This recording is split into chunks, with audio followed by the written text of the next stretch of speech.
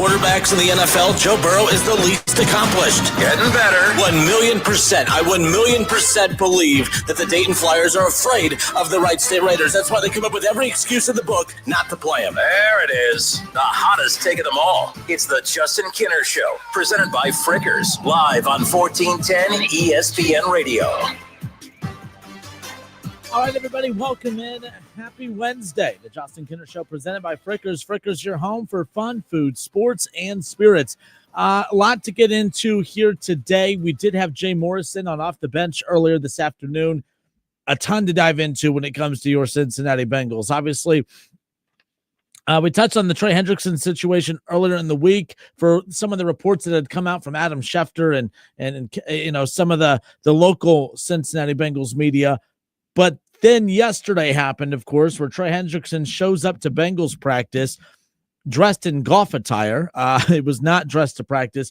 Basically showed up to practice. He happened to be in town and was just using that opportunity to get in front of the media and tell his side of the story. And a lot to unpack there, a lot to unfold, and we dove into all of that with Jay Morrison earlier today, and we'll get into that. Pete Rose night tonight at the ballpark. Obviously, this is the first big chance for the Reds to obviously honor the life and the history of Pete Rose. Pete Rose night tonight. Everyone in attendance will receive a Pete Rose commemorative jersey when you arrive at the ballpark. Now, normal first pitch times usually range between 6:40 and 7:10. No 6:40 first pitch time tonight at JBP. It's going to be a special 7:15 first pitch, but we're going to have pregame coverage for you beginning at 6:30 because we're going to carry the entire pregame ceremony honoring the hit king Pete Rose. You're going to hear from Marty Brenneman as he's going to lead. I mean, it's going to be awesome to hear Marty's voice on the radio again. Marty is going to MC and lead the Q&A session with Reds Hall of Famers and some of Pete Rose's closest friends. His family, Pete Rose's family, is going to be in attendance. They are going to be the game captains are going to be at the throwing the first pitch, all of that fun stuff. A lot going on at the ballpark tonight.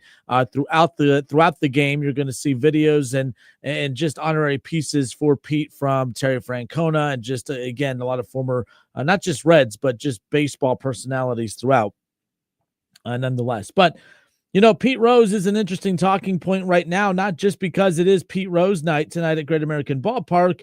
It's because of the news that came out yesterday. And, of course, I reacted to all of that as it came out. It came out in the middle of the show that Rob Manfred was going to lift the ban on Pete Rose from Major League Baseball. Welcome back, Pete Rose. As I shared yesterday, as I was annoyed about baseball allowing Pete Rose back into baseball. And let me explain. I am not mad that Pete Rose is back in baseball. I'm happy that Pete Rose has been reinstated back into baseball. But what I am mad at is baseball reinstating him. I know that sounds like a wild statement, but hear me out. I explained it on yesterday's show. I want to open up with it today just to kind of put it on, to move on from it. Pete Rose deserves to be in the Hall of Fame, should have been in the Hall of Fame. It's not heaven. Okay, you don't need to go to confessional. You don't need to do 25 Hail Marys to get into the freaking Baseball Hall of Fame. The amount of pearl clutching that goes on when it comes to those who basically hold the keys to the Hall of Fame can buzz off as far as I'm concerned. Like, this whole thing has been absolutely abused from the very beginning as far as the power structure with how all of this is. Baseball, as great of a sport as it is, and as much as I love it, they can't get out of their own way. They've never been able to get out of their own way. And when they have proven that they can get out of their own way, good things happen. Rob Manfred, as critical as I'm going to be of him on this particular subject, let's be clear. Rob Manfred has actually been probably the most progressive commissioner in baseball history. The leave the sport alone. I was kind of in that camp for the longest time. Stop doing pitch clocks. Stop messing with the game. Stop putting, ghost runners on second and extra innings. The bullpen guys have to face a minimum 3 batters before you can make another pitcher change. I hated all that stuff initially. Just leave the game alone. I'm here to tell you, when baseball gets out of its own way, good things happen. The pitch clock and the pace of play initiatives that Rob Manfred and baseball dug their heels into, it has been beyond successful. I don't know about you guys, but I don't know if you notice it, but Reds games fly by right now. Usually 3 innings. I mean, before pace of play stuff and the pitch clock and everything, an inning would last about an hour. I program our station here at Wing AM, and so I have to block off hours every single day to be able to carry Reds games for our commercial inventory. And we've ran into issues this year where my timing has been way off. I've been doing this for 10 years. I've been running Wing since 2018, so I've been running it for about 7 years now. And why am I having timing issues? I'm like, this doesn't make any sense. I've run it the same way every year. There's no reason we should be having as many conflicts as we are. The reason is because the goal of Pace of Play was to shave off about 20 minutes of play. Games are getting done on average 45 minutes earlier than they have in years past. And I mean, recent years past, like let's just go back to at least for when I started programming, I'd say 2018. I mean, we used to map out 3.5 hours. I'm mapping out 2 hours, 45 minutes right now. These games are getting done in record time. Now, the Reds are kind of built that way. The Reds have a horrible offense. So when they step to the plate, they're getting out quick. They also have very, very good pitching. So when their opponents step to the plate, they're getting out quick as well. That plays a role in it. But pace of play has been very effective across the league. They have shaved off almost a half hour of game time across Major League Baseball. That's a success. Ratings are up. You know what I mean? Like everything that baseball has done to initiate changes, it has been successful. People lost their minds when you wanted to put netting up the first and third base lines. People would say, no one's going to pay to sit behind a net, all while forgetting that at the times before baseball gave a damn about their fans, the most expensive ticket at a ballpark was, well, that little section behind home plate that, was covered by a net. People hated it. People hate change. People hate when baseball does anything. Baseball, every time they've decided to get out of their own way, good things have happened. Every progressive change that Rob Manfred has initiated in Major League Baseball has been a success. I can't think of one change he has made that has not worked. Every team plays every team now. You were the fact that the Reds would go years without playing certain opponents is ridiculous. The fact that the Reds fan base would be shielded from some of the biggest stars in baseball because you don't play the Yankees but once every couple of years, that is absolutely bogus to me. The fact that, the best stars in baseball once every couple of years, I remember when Justin Verlander somehow, some way is still pitching, but this was before COVID. I remember before COVID, Justin Verlander and the Astros came to Great American Ballpark. And I remember I called off work early that day. I told my boss, I said, hey, Justin Verlander is pitching at Great American Ballpark. I don't think we're going to he's not close to retiring, but he doesn't have another 3 or 4 years to where he'll be back at Great American Ballpark. I went to the ballpark to make sure I got a chance to see Justin Verlander pitch. And I was like, that's so sad that I have to think that way, that I have to make sure it happens, because although he may not be retiring this year, he may not be back for another couple of years because of the way it works. Now, every star plays in every ballpark at least every other year, but every fan base sees every star every year. The Reds will play the Yankees every year, the Red Sox every year. The Yankees will come to GABP every other year. The Reds will go to Yankee Stadium every other year. In fact, we're going to see the Yankees on June 23rd, 24th, and 25th. That's coming up around the corner. The Reds will go to Boston later on in the season, if I'm not mistaken. I think that is actually going to be in the month of September. But either way, that's coming up that's coming up later on in the season. But every team plays everybody. The Boston market, Boston fans will get to see Ellie. Yankee fans get to see Ellie. We get to see Aaron Judge. It's a great thing. Every time baseball has gotten out of its own way, initiating the DH in the National League, that was just unheard of. Every time baseball has decided to get out of its own way, good things have happened.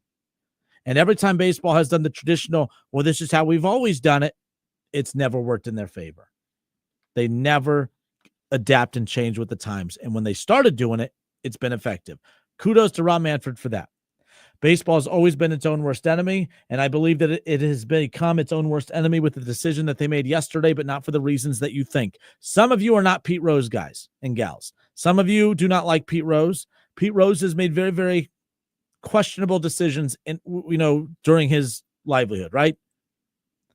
And I do believe I'm guilty of this. I don't know why. I don't know why Pete gets a pass. Pete did some not just questionable things. There's some gross things about Pete Rose's life that I'm very confused as to why we as media, and I'm taking blame and also not doing anything about it. I don't know what that says about me in this situation either. I don't know why Pete Rose gets a pass for some of the gross decisions that he made during his life. But we push it off to the side and just say, well, it's Pete. We're just talking about Pete from a baseball perspective. I get that, but that's the stranglehold Pete has over this city, over Reds country in general. It's wild to me that media has sidestepped that. And I'm technically media. We're not the biggest station in the world, but I mean, we're media, right? Like, I don't know. Pete's an interesting character, but Pete was not left out of baseball for those decisions. Pete was not left out of baseball because he had an addictive personality. Pete was left out of baseball. Technically, I guess, yeah, he did. Pete was left out of baseball because he broke the cardinal rule. It was the ultimate sin in baseball. Do not bet on baseball. And it's painted in every clubhouse. It's in the rules for every ballpark, every player, every baseball official. I mean, it's just, everybody knows it. You cannot, ignorance is not bliss when it comes to breaking that rule. Everybody knows it. And Pete broke that rule. And the rule that he broke, I thought, was just a sacred rule that baseball was going to take to its sports grave with them when it came to the principle of do not bet on baseball. Zero tolerance. You bet on baseball, lifetime ban. And that's what Pete Rose got. But here's my problem with Rob Manfred and Major League Baseball. I've praised a lot of their changes, how progressive they are. I do not put this in the progressive category. I do not look at what baseball did yesterday and say, good for baseball. Good for them for righting a wrong. They didn't right a wrong yesterday, guys. Don't let them off the hook. What they are doing is the wrong. Rob Manfred is a piece of garbage that waited for a human being to die and then say, hey, come on in. Come on back. Oh, wait, you can't because you're dead. Yeah, that's Rob Manfred, folks. He's a horrible human being, and I lost all respect for him with the decision that he made yesterday. He tried gaslighting baseball fans because he said, some interesting points were brought forth to me that Pete Rose technically did serve his lifetime ban. With Pete Rose passing, he has served his full lifetime ban. Therefore, he's no longer living. Therefore, we could lift the lifetime ban because there's no more life to live. Like it was an epiphany. Like he never thought of this before. Why did it take Pete Rose dying for you all of a sudden to come to that conclusion? Shoeless Joe Jackson reinstated. Jacob brought up a great point on the off the bench earlier. Jacob said, Shoeless Joe Jackson, died back in the 50s, 60s? I think he died back in the 50s. You mean to tell me nobody said, hey, Shoeless Joe Jackson, he served his life sentence. He died a long time ago. We should lift his ban. No, it's because it was never intended to be lifted for the right reasons. Baseball didn't become better yesterday by lifting the ban on those guys to put them in position to make a Hall of Fame or whatever. It was lifted yesterday as an FU to Pete Rose from Major League Baseball. And I want to return the FU right back to him. FU baseball, FU Rob Manfred, FU Major League Baseball. I hate Major League Baseball for what they did yesterday. I thought it was foul. I thought it was disgusting and gross. And I think it's just wild that all of a sudden, after all these years, baseball, disgusted by the idea of betting on baseball, yesterday they just stopped being morally outraged by it. Rob Manfred and baseball yesterday decided that, we don't care anymore. Welcome back, Pete. No. You knew how much getting into the Hall of Fame meant to Pete Rose. You heard the public outcry that he constantly was fighting for. Anytime he would do a media hit or an appearance, it was all about the goal of trying to get into the Hall of Fame before his time on earth came to an end. And he failed at that. And it wasn't because he failed. It's because baseball failed. Yeah, but Justin, think of all the things that he did to rub people the wrong way. I don't care. They pretended to be morally outraged for decades so that they can get back at him and screw him over. And then not even months after he passes away, they decide that now's the time to reinstate him. I think it's messed up. I do. I think it's wrong. This was personal. It was personal. It took Pete Rose dying for them to realize that, oh yeah, I guess he did serve a lifetime ban. You know how many people it wasn't just Pete Rose that got reinstated yesterday. Many, many names across baseball were reinstated yesterday who were also banned from the sport, who have passed away.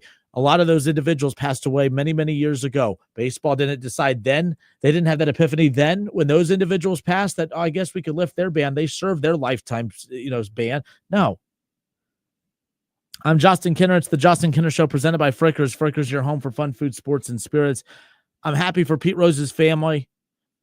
I mean, I'm happy that this does present the opportunity for him to eventually get into the Hall of Fame.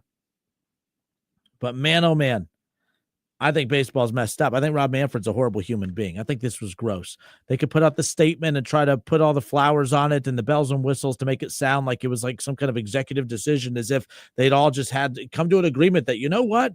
That's a great point. He has served his lifetime ban. I guess we can reinstate him now. You've known that you could have reinstated Shoeless Joe Jackson and all those other individuals who passed away many, many years ago, decades ago for some. But Pete Rose, conveniently, when he passes, that's when you decide, yeah, I would have respected baseball more if they would have stuck to their guns and kept him banned from baseball. Because if you keep Pete Rose out of baseball, that truly means it wasn't about whether he was living or dead. It was strictly about the principle of do not bet on baseball. But you lifted the ban yesterday because it was never about betting on baseball. It was never about the cardinal sin that was broken or committed. It was never about that, guys. It was never about Pete Rose betting on baseball. It was simply a vendetta that the sport had for the hit king. Baseball would rather be petty and stick it to Pete Rose postmortem than they would to have enjoyed having one of the best hitter in baseball history and the best personality in the history of baseball. Pete Rose would have been the best ambassador for the sport of baseball that you can imagine. The reason the NBA thrives is because of its personalities, because of its athletes' personalities. Basketball thrives today, yes, because of the players on the floor, but because of the Charles Barkleys and the Shaquille O'Neals. You know what I mean? Like, that's why there's these media rights deals that are going on right now. These TV networks are spending billions of dollars so that they can get access to these former athletes and former NBA, WNBA personalities so that they could be ambassadors of the sport and bring eyes and ears and views to their product. I don't care how good Derek Jeter was. He's drier than toast. He's not entertaining. I don't care what he has to say. Big Papi's entertaining. Alex Rodriguez knows his stuff, very smug, rubs people the wrong way. Still a good ambassador for the sport, but he still rubs you the wrong way. Pete Rose, remember those times that Fox invited him to come be a part of the pregame panel for the World Series? He had me, I was in tears laughing half the time because he got people to act like children and not in a bad way. He just got them so comfortable that they were just guys sitting back, talking baseball, and he made it fun. And it's unfortunate that baseball would rather fulfill their vendetta against him over the last couple of decades than to have utilized him as an ambassador for the sport. Pete Rose on any MLB pregame show, whether it's for MLB Network, whether it's for Fox, whether it's for ESPN, he would have been the Charles Barkley of Major League Baseball. You know what I mean? Like Chuck. By the way, there are people who know more about basketball than Charles Barkley. That's no disrespect to him. I still will take Charles Barkley analysis over anybody else. He's entertaining as hell, funny as can be, a great ambassador for the sport. Everyone knows who he is and loves him. That would have been Pete Rose for Major League Baseball. But instead, it was all about the vendetta.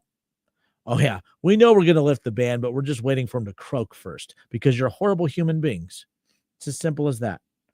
Roger, yeah, I know he was on the Fox pregame. Yeah, I know he was on there for a brief bit, but they had to put the pregame show. They wouldn't allow him in the ballpark or whatever it was. So they had to do the pregame outside the ballpark. It was just a bunch of weird stuff. The Reds, anytime they wanted to do anything with Pete Rose, like when they hosted the All-Star game and they honored their former greats, like they had to get it was like jumping through hoops to get him to be allowed to enter the ballpark. There were certain parts of the ballpark he was never allowed in. Great American Ballpark. We've all been there quite a lot. Pete's been there quite a lot. Pete probably had as much access to that. Actually, I've probably had more access to that ballpark than what he was allowed to. And I'm a nobody because of the pettiness of Major League Baseball. Gary says, me and you have and again, we're live on the Justin Kinner Show Facebook page. Gary Peck says, me and you have disagreed on many things over the years, but I am 100% with you on Rose in the Hall of Fame. When they finally put him in, I want you to write the acceptance speech and let you deservedly, rip them. Yeah. So to be clear, as we wrap up this portion of the show, if Pete is fortunate to get inducted into the Hall of Fame down the road, I'm going to be beyond happy. But it's still it's not going to sit well with me as a Reds fan. I didn't even get to watch Pete play. When I was born, Pete Rose was the manager of the Reds. Hold on, I lied. I was born in '90, so technically I was born when Lou Piniella was the manager of the Reds. I was born the year that the Reds won the World Series. I don't remember it. So my love, that's how special of a player Pete Rose was. How many people my age that didn't even watch Pete play feel like we watched him play growing up? I have more of a connection with Pete Rose, who I never watched play, than another all-time Reds great, Joey Votto, who I've watched thousands of his games. That's the connection that Pete had with his fans and with the sport. And that is the connection that the sport decided to stiff arm him away from the sport to keep that from being. He would have helped grow this game tremendously. I think he had as much value post-playing days than he did playing days for the sport. Multiple commissioners, multiple individuals came in all with the same agenda, and that was to stick it to Pete Rose because of this pretend unwritten rule. Actually, it's not unwritten, it's a written rule. This pretend moral rule of don't bet on baseball. I mean, how after 30 plus years, how after 35 years did Major League Baseball all of a sudden yesterday just decide that, all right, enough's enough. Come on back. You can't say the F word on radio, but I wish I could so that I could tell Rob Manfred of Major League Baseball to F off again. It's absolutely horrendous what they did.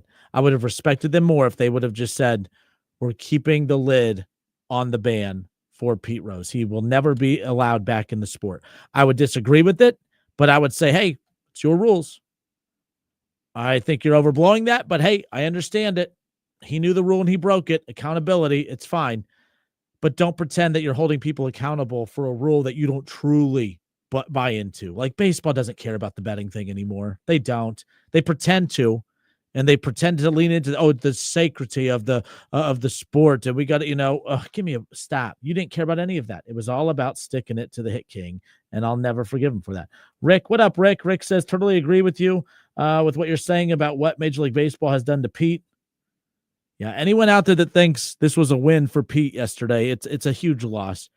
Pete Rose's biggest fear, and he had a lot of them, but Pete Rose's biggest fear, and people that I know that knew Pete very well, in any interview you watch with Pete, his biggest fear was not being alive to hear the news or get the news personally that he'd be inducted into the Hall of Fame. So on a scale of 1 to 10, what does this mean for Pete? Probably nothing. It doesn't mean anything. It was all about him getting to feel that gratification of being enlisted back into re-enlisted back into baseball and inducted into the Hall of Fame. And let's be clear, he may not even get inducted back into the Hall of Fame because there will be some of those old school writers that are basically they have the keys to the gates of heaven, basically. Like I said, getting into heaven's a heck of a lot easier than getting into the Baseball Hall of Fame, and that's because of the pearl clutching of powerless people that actually have power when it comes to who gets into the Hall of Fame. I think it's gross.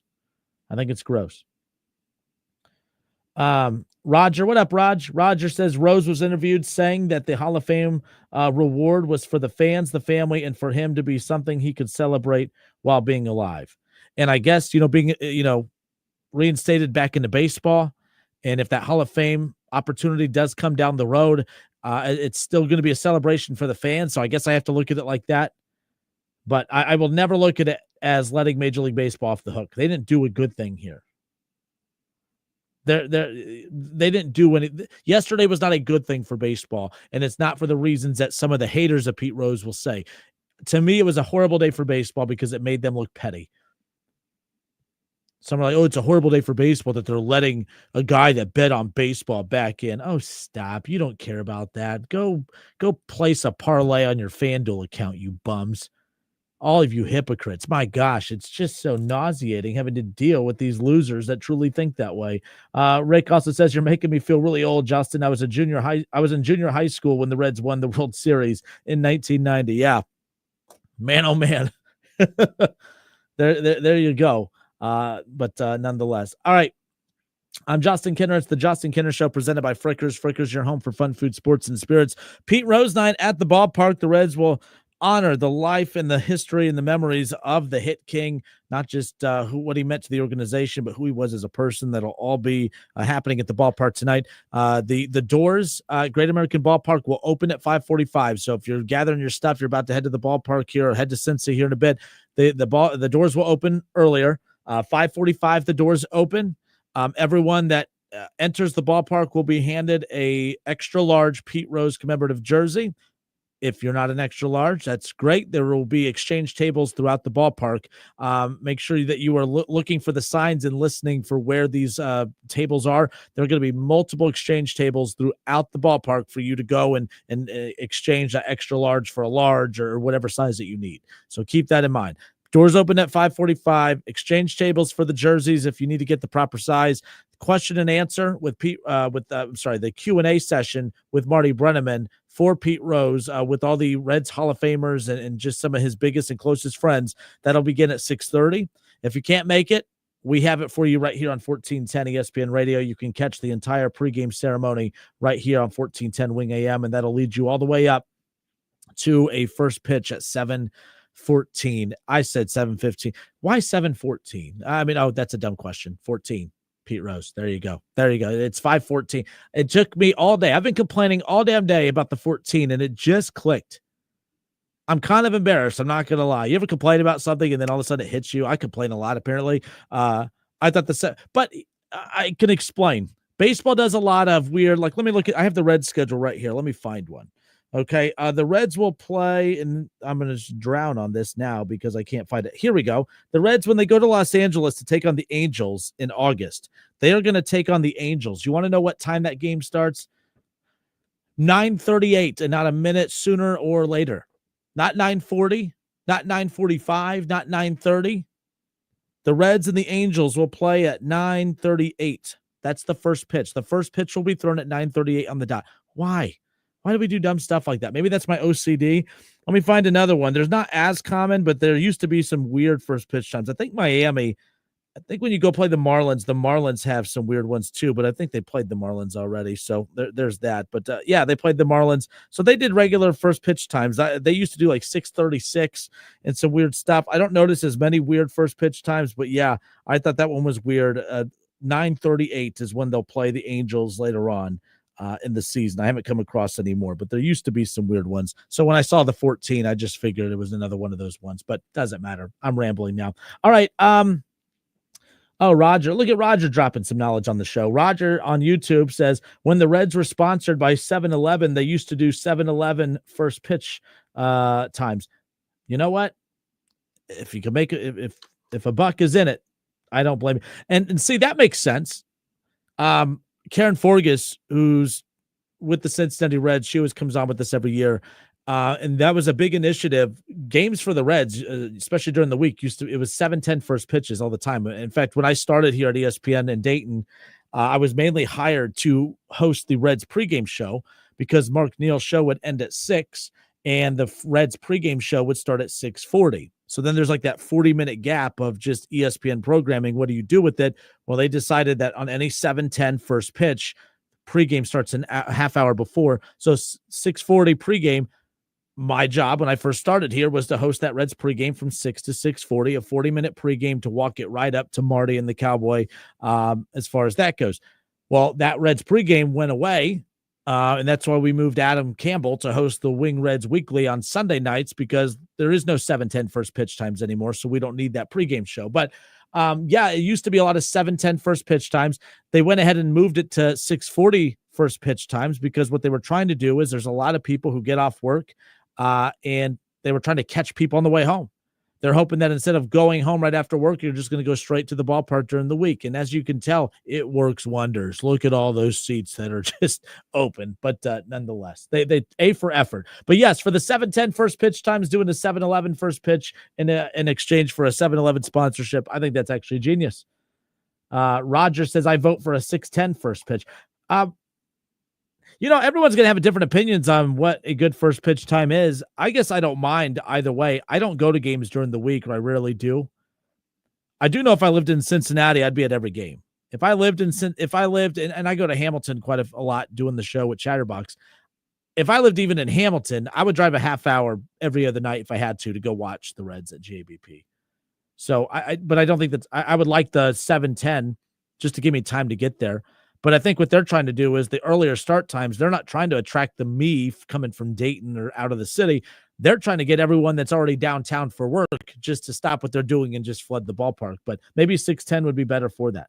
Who knows as far as that's concerned. But that's why, and I remember Tom Brenneman, shout out to Tom, I've worked with him at Chatterbox for a while. I know he got hired over at 700. He's doing mornings now over there. Shout out to Tom. But one thing that Tom used to get criticized for is when he would make fun of those who would actually stay up late to watch the Reds games or go to the ballpark. I mean, he was making a joke about the fact that, there's so many unemployed people in Cincinnati because who the hell else would be at the ballpark that late at night constantly?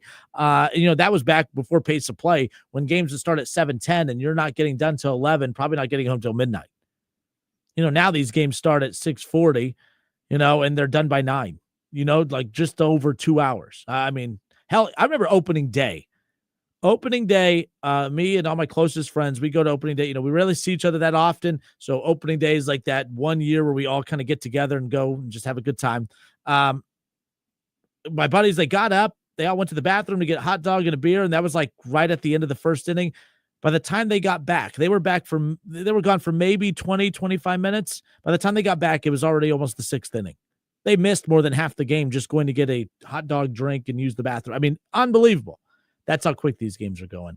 I'm in a chatty mood today. If you can't tell, my ADD is like ADD 10, Kinner 0. I'm definitely losing nonetheless. Hey, the NFL schedule release comes out later on tonight. Let's talk about that when we come back, okay? Because there's a lot of schedule leaks, and I don't know what to believe. I don't know which of these schedule leaks is accurate or not. Jordan Schultz reported earlier that the Bengals, they reported where the Bengals are going to be playing in week 1. The Bengals will not open at home in week 1. That we do know. That was confirmed by Jay Morrison earlier. The Reds have a home game that day. I don't know why they don't share a stadium. I don't know why it matters. But the Reds play at home that day, week 1 of the NFL season. So therefore, the Bengals will open on the road. Jordan Schultz, he leaked where they are going to be playing. I don't know if this is an official week 1 schedule or not, but some very credible sources on social media are running with this. The Bengals, we know who their opponent is. Call it the Kinner Bowl, if you will. We'll discuss when we come back. NFL schedule comes out tonight. How important is the first month of the season schedule-wise for Cincinnati? We'll discuss when we return.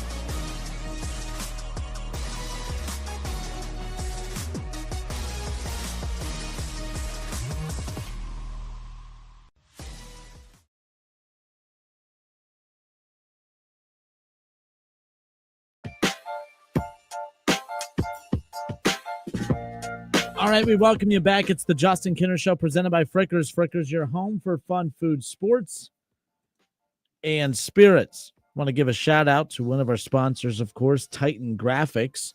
Titan Graphics is the Miami Valley's choice for custom screen printing, embroidery, laser engraving, and promotional products. Place your order today at titangraphics.com. Titan Graphics is responsible for all of the koozies, the t-shirts, all our signage, all of our promotional items that we utilize here at WING, ESPN. They provide all of it for us, and we've had that partnership with them for years. Anything we have needed, they get it right back to us in a very timely fashion, so we do appreciate that, and we know that they'll do the same for you. I've shared the story before. In fact, today's my anniversary. Today's my 3-year wedding anniversary, and I remember that when my wife and I, at the time my fiance, she gave me one job in the build up to the wedding, which was just get the koozies taken care of. Just make sure we have beer koozies to hand out at the reception, and that's all. That's it. That's all I had to do. Very simple stuff. And I forgot.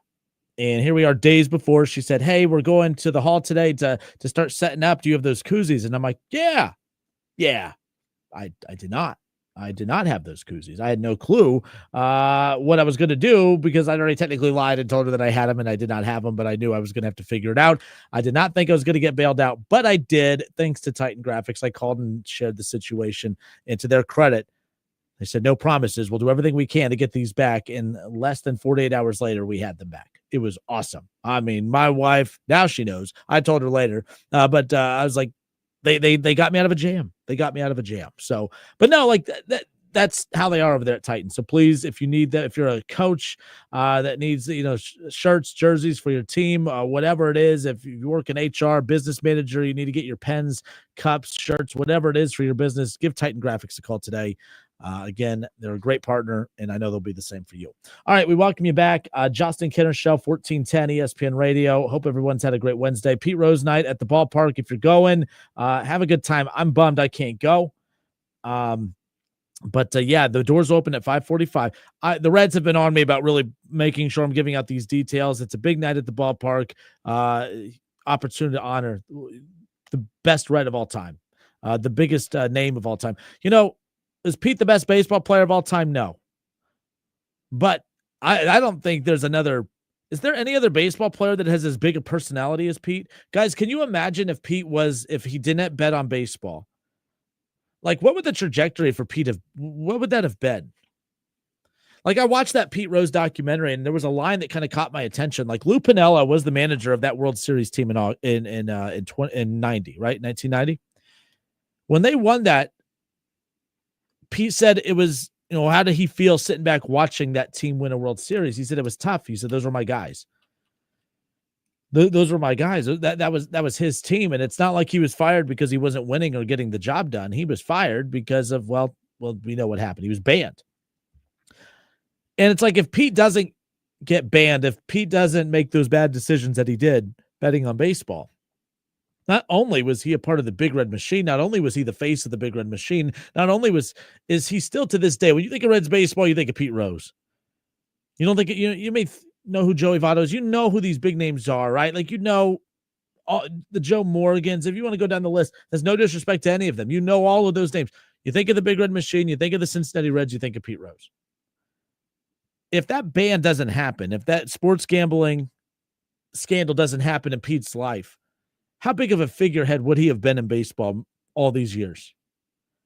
You want to talk about the biggest what-ifs in sports? What if Pete Rose never gets banned? He was a World Series winning player for the Cincinnati Reds. He was a legendary hitter. He was the hit king. No one has more hits in baseball than Pete Rose.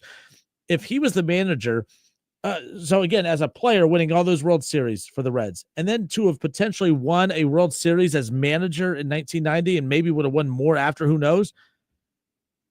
There would have never, it's not even close. The biggest figure in Reds history would have been him, and probably still is him. But would he still have been managing up into the last couple of years? I mean, look, we saw Lou Piniella pitch at a pretty old age. How old was Pete? Just to be clear. But no, it's just kind of one of those situations. So 83 years old. Yeah, he probably would have been managing within the last couple of years. But I'd say in the 2010s, Pete probably still would have been managing all through the 90s and 2000s into the 2010s. He was a baseball lifer. He was a baseball lifer. Even if he wasn't managing at the major league level, he would have probably been in the system somewhere, whether it's with the Dragons or somewhere. He was a baseball lifer, and they took that life away from him over pettiness. What do you mean, Justin? He broke the cardinal rule. Yeah, I agree. He did, and I thought it was justified keeping him out until we found out yesterday that baseball was just being petty. They just wanted to keep him out until he died, and then when the second he died, decided to reinstate him back into baseball and act like it wasn't done in a personal note. What do you mean? He served his life sentence. His life came to an end. Now, if baseball was as truly outraged about betting on baseball as what they pretend to be, he would still be banned today. No, because he died. He served his life sentence. Shoeless Joe Jackson died 50, 60 years ago. He got his ban lifted yesterday too. Why? Oh, because, well, you can't be overly petty and only lift his ban and keeping everyone else banned. Now you gotta let everyone back in. But welcoming Shoeless Joe Jackson back to Major League Baseball, there was no pettiness there. They knew they had to, eliminate him from baseball because of the decisions he made, which was, when you look at that, it was pettiness. It was wrong. Major League Baseball's gross. Rob Manfred's gross. And I'm sorry that I'm ranting on this again. I'm going to keep ranting on it. It's not right. It just isn't. It's disrespectful, but it is what it is. Have fun at the ballpark tonight. 5:45 doors open. 7:14 will be the first pitch. As I figured out on my own earlier, I was annoyed. Why not 7:15? 7:14, 14 commemorating Pete Rose. There you go. I put that puzzle together. So there's that.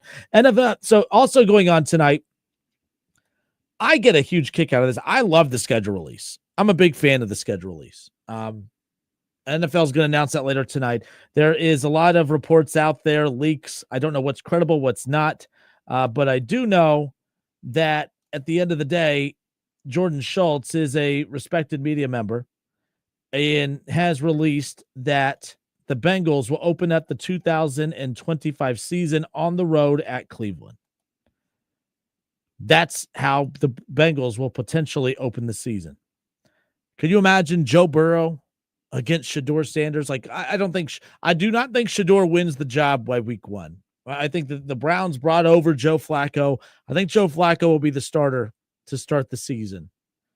And if Joe Flacco and Jerry Jeudy and Cedric Tillman and Quinshad Judkins and Sampson from the running back they got out of Tennessee and that newly revamped offensive line, if that offense clicks, I don't know how much I don't know what we'll see from the rookie QBs, because they don't just have one, they have two. And you may sit there and say, well, there's no way Cleveland's going to be good. And I can't sit here and try to convince you otherwise. But let's be clear. Joe Flacco, the last time he was in Kevin Stefanski's system, balled out. Yeah, but he was bad with the Colts. Well, what quarterback has had success with the Colts? That's been a revolving door. Every year they just go and they grab a veteran, whether it's Gardner Minshew, whether it's Phillip Rivers, whether it was Joe Flacco. Hell, who did they get? I know I'm missing this. Who did they go get this? Who is their veteran QB of choice for this upcoming season? Let's go to the old Colts depth chart. Obviously, Richardson, a lot of people are kind of technically out on him as far as, Daniel Jones. There you go. Rinse, cycle, repeat. So Anthony Richardson's supposed to be the starting quarterback for the Colts, but, I mean, they went out and got Daniel Jones, and it's just constant. So Joe Flacco is also pretty old, too. Let's not, I'm not going to sit there and say that the guy still – has it, but Joe Flacco, as far as I'm concerned, when you look at his age, and that was Tuesday, he's 40 years old. He's a 40-year-old quarterback.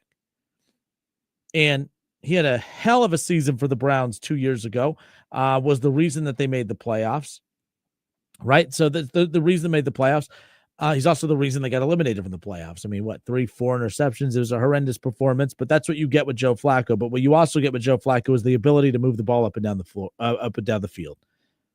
DTR didn't turn the ball over, but he also couldn't complete a pass. So that kind of, that's great. You don't turn the ball over, but when you can't complete a pass, I don't really care.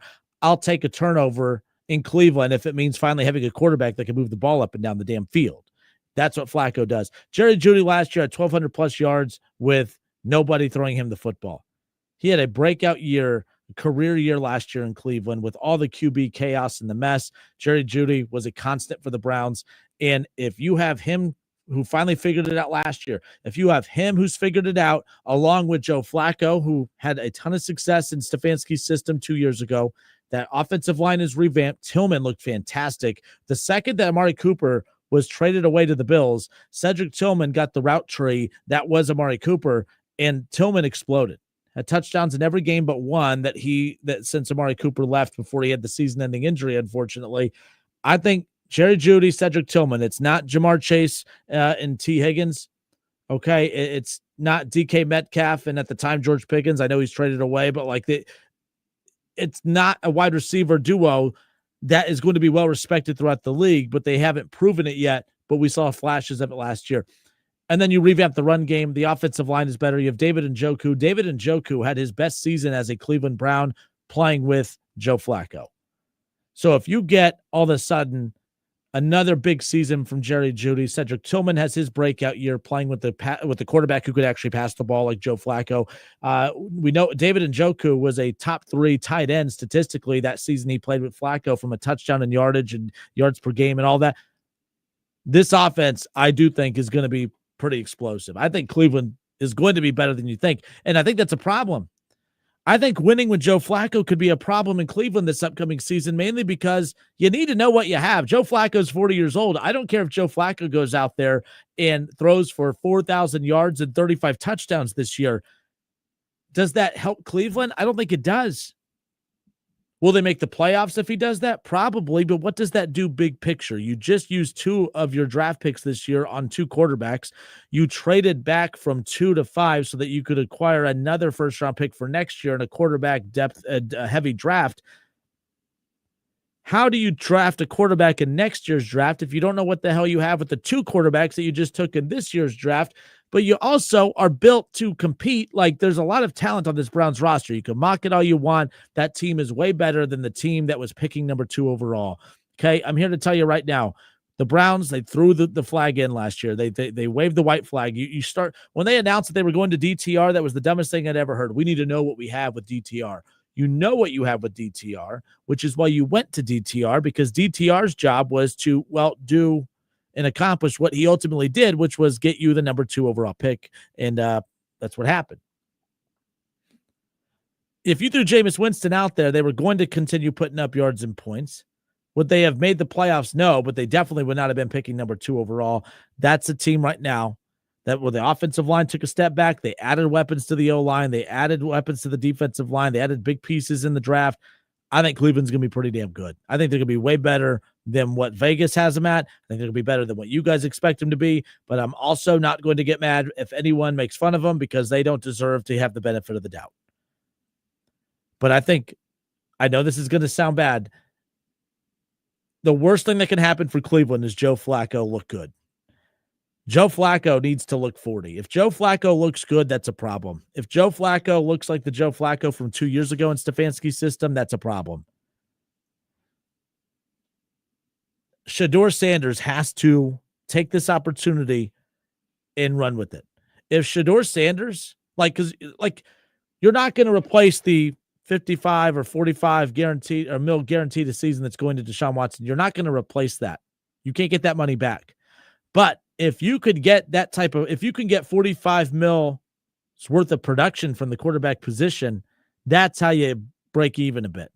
If Shedeur can come in and look the part, and all signs coming out of, again, rookie mini camp, whatever this means, that he does look the part, that he looks pretty damn good, that he does have very good control and command out there, that the players follow his lead, that there is just that it factor, the it factor that's not going to come through in a box score, the it factor that might have been the problem in the one-on-one meetings throughout the draft process.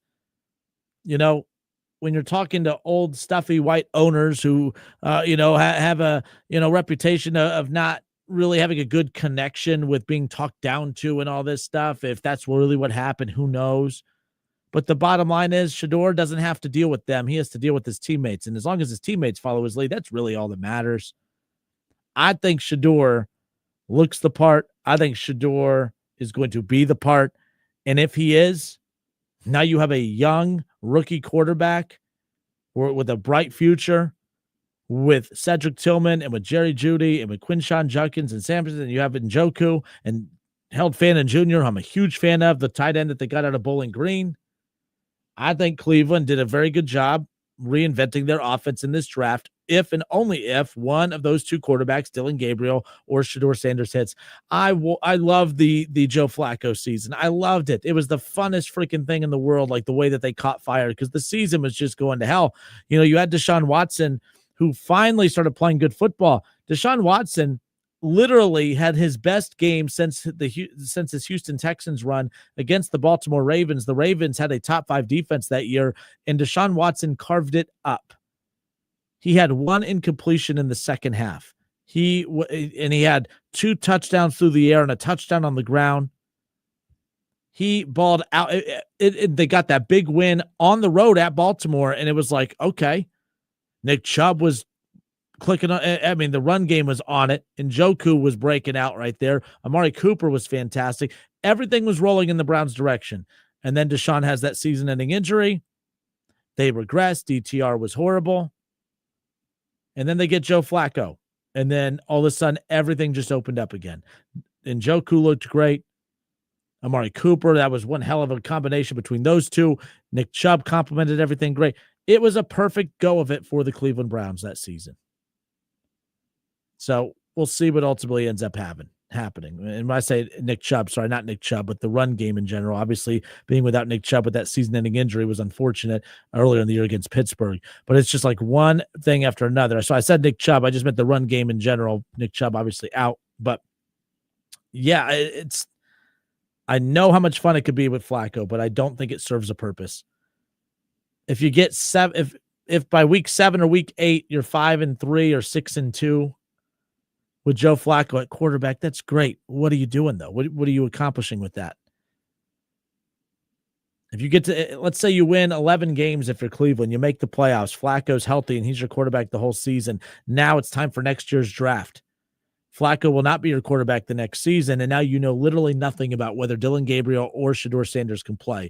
And then you may take the chance and say, all right, we're going to go to war with these two as our quarterbacks, and then find out that they're both bad, and you passed on all the good quarterbacks from next year's draft, and now you're right back to the same cycle that the Browns are always in, just looking for a quarterback. Bottom line is, do I think that Shedeur will be the Browns' week 1 quarterback? I do not. But how cool would it be if the reports are true that the Browns and Bengals will open up the season against one another in week 1? Man, how cool would that be? If Shedeur is the guy, can you imagine? I mean, that Bengals-Browns rivalry for the next 6, 7, 8 years, 2 of the biggest personalities in the NFL, Joe Burrow and Shedeur Sanders. I mean, that's a hell of a rivalry right there. Say rivalry. Oh, you got one team that competes for Super Bowls. The other team can't make the playoffs. Well, the Bengals haven't made the playoffs in 2 years. So let's just pump the brakes as far as that goes.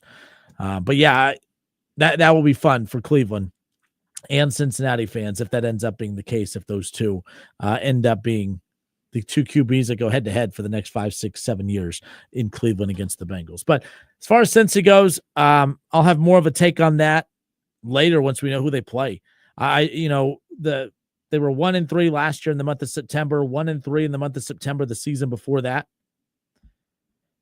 And the problem is like people bring up, okay, well, last year you had Joe Burrow healthy the whole time. Joe Burrow's your quarterback when you went 1-3 last year. People bring up that he was injured and out most of the season the year before. That's true, but Joe Burrow was also the quarterback of the Bengals when they went 1-3 2 years ago as well. Joe Burrow missed a lot of games. He got hurt in week 11 or whatever it was against the Ravens 2 years ago. They were a bad team when he was the quarterback then. They were a bad team and he played every game last year as well.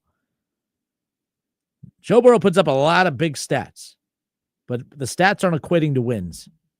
And you could say, well, yeah, that's the defense's fault. Yeah, maybe. It's not helping.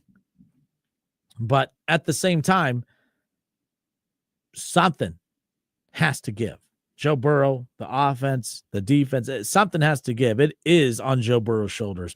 Even if the defense is bad, no matter what, it's always the quarterback's fault or it's the quarterback getting the praise. It's always on the quarterback, no matter what. And Joe Burrow has to find a way to get this team off to a hot start. And there's one thing that he's going to have to do that I'm very curious to see what he's going to do. And that's how he is going to address the media when it comes to Trey Hendrickson. And that's what we're going to talk about when we come back. It's the Justin Kinner Show presented by Frickers. Remember Joe Burrow at Super Bowl Media Row?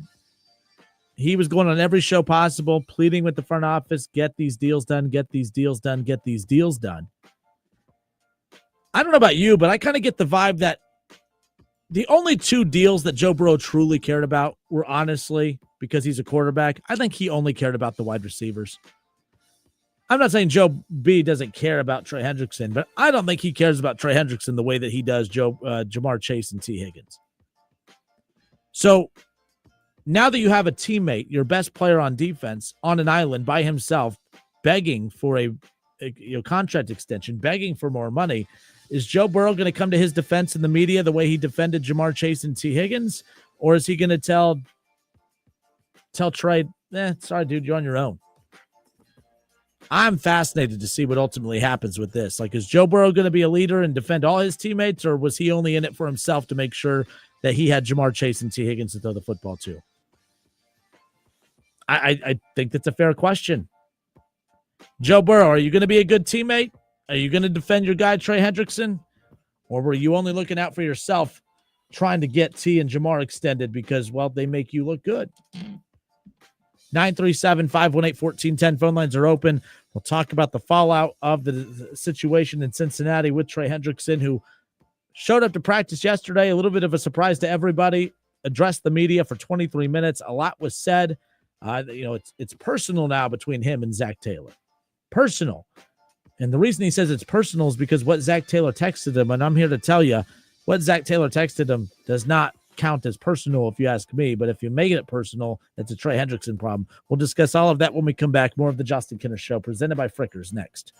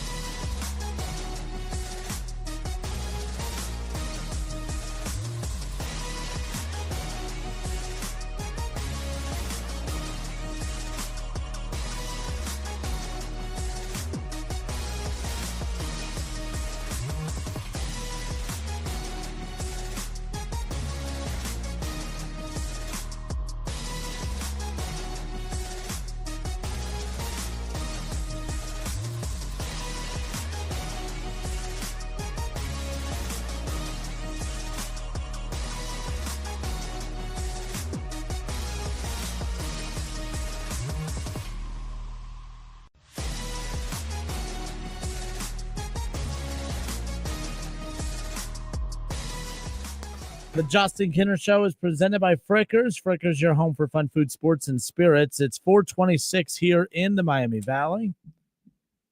So the schedule release for the NFL comes out later on tonight, and it's rumored that the Cincinnati Bengals will be opening up against the Cleveland Browns on Sunday, September 7th for a 1 o'clock kickoff. Now, Jordan Schultz, who is an NFL insider, he's been kind of leaking these throughout the day. I mean, that's a credible source, if you will, on social media, putting these out. We won't know until the official schedule is released later. There are some leaks that are coming throughout the day. He is one that I do trust as far as that goes. Does it mean that it's official? I don't know. Does sound like Cleveland is going to be welcoming in Joe Burrow and the Bengals for a week 1 showdown on September 7th for a 1 o'clock kickoff. How cool is that? So some of the other stuff that's being leaked here today, this was released. The NFL actually released this along with Netflix, that the NFL on Christmas Day, the Netflix Christmas Game Day will kick off at 1 p.m. with the Dallas Cowboys taking on the Washington Commanders. So Dak Prescott against Jaden Daniels. Of course, Washington out of the NFC East. They get to the NFC Championship game last year against, NFC East rival, the Philadelphia Eagles, who would go on to throttle the Kansas City Chiefs in the Super Bowl. So Cowboys and Commanders, a NFC East divisional rivalry matchup on Thanksgiving. Or no, I'm sorry, that's Christmas. So, man, you get the Dallas Cowboys who play on Thanksgiving, and now you get the Cowboys on Christmas Day as well. Pretty cool stuff there. The Detroit Lions and Jared Goff will go on the road to take on possibly J.J. McCarthy and the Minnesota Vikings, right? So that's your NFL Christmas Game Day doubleheader. The Dallas Cowboys taking on the Washington Commanders, and then Jared Goff and the Dolphins, I'm sorry, my apologies, and the Lions taking on the Minnesota Vikings. Both of those matchups, again, on Thursday, December 25th, Christmas Day, exclusively on Netflix. The NFL continuing its war against the NBA. The NBA belongs, Christmas usually belonged or used to belong to the NBA, but man, oh man, the NFL, they smell blood in the water. Little vulnerability there by the NBA because no one cares. They're going back and they're going to take over. So that's coming up later on this season, obviously. Bengals, Browns, I hope that could be the case. Some other news from throughout the day. How about this? John Rothstein, CBS Sports, says next season's crosstown shootout between the Cincinnati Bearcats and the Xavier Musketeers will be played on Friday night, December 5th at the Cintas Center. So there you go. Of course, a new wrinkle right there when you have Richard Pitino, who will be in his first season at Xavier, leaving New Mexico to take over the Musketeer job out of the Big East, of course, and that'll be interesting. Look, not a lot of Xavier fans in this area, but Xavier basketball is going to be interesting next year because of the fact of there's going to be so many nationally televised games due to the big time interest in the Pitino name. I mean, the fact that Pitino is the head coach for Xavier. When Sean Miller left Xavier and took the Texas job, it didn't even make ESPN's website. It didn't make like a breaking news thing at the bottom. It was just, and I think Sean Miller is a pretty big name coach. I think Texas is a big enough basketball program to at least garner some kind of breaking news. No, but when Richard Pitino left New Mexico to take the Xavier job, there was a Sports Center hit on it. All right, it was talked about on multiple national shows. Like, it was a big deal. And to have Richard Pitino at Xavier in the Big East and to have twice a season, Richard against Rick, son versus father, Xavier against St. John's. I mean, to have Xavier be on the national stage playing at Madison Square Garden and Richard against Rick, I mean, that's good stuff. And then, of course, you had the Cincinnati Bearcats, the crosstown shootout on top of it because you have two programs who have the guts to play one another. Unlike the city we live in where the Dayton Flyers, they have no cojones because they will not play Wright State because they have no cojones. They don't have guts. It is what it is. But there you go. So Cincinnati Xavier, December 5th at the Cintas Center. Later on this obviously next college basketball season as far as that goes. All right. And other news too, longtime ESPN college basketball commentator staying in college basketball here. Dick Vitale announced on Tuesday that his doctors have officially declared him cancer-free. Unfortunately, the Hall of Famer, has missed quite a lot of games over the last couple of years during his ongoing battle with cancer. He has been declared cancer-free by his doctors for the time being, and hopefully it stays that way. But shout out to Dick Vitale. He's been on the show before, and looking forward to having him on again. No doubt about it. Some kickoff times and network designations for Big 12 football. I know we talked a lot of Ohio State football here, obviously, but the Cincinnati Bearcats, they will kick off the 2025 college football season on Thursday, August 28th. They're going to be taking on Nebraska out of the Big Ten. Nebraska against Cincinnati, and this will be in Kansas City. This will be at Arrowhead Stadium where the Chiefs play. A 9 p.m. kickoff. How about that? So the Bearcats and Nebraska, Big 12 against Big 10. Nebraska, Cincinnati, 9 p.m. Eastern on Thursday, August 28th at Kansas City's Arrowhead Stadium, and that game will be on ESPN. So there you go. We talked about it on yesterday's show that Ohio State will be taking on Texas in week 1 of the college football season, and unfortunately, that will not be prime time. That will be a noon kickoff.